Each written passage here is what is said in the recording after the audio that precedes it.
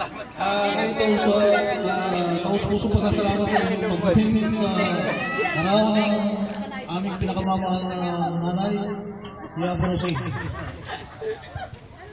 Thank you very much.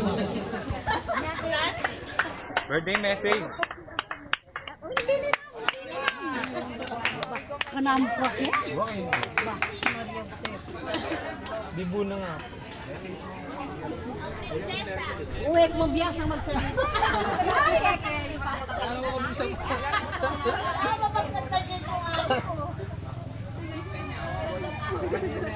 Sige po. Bali medyo mahihayin mo yung birthday sa Mahal mo kami lahat. Okay, sige po, pwede na po natin i-start yung cake blowing or para po makita lang po natin na mas maging masaya sila.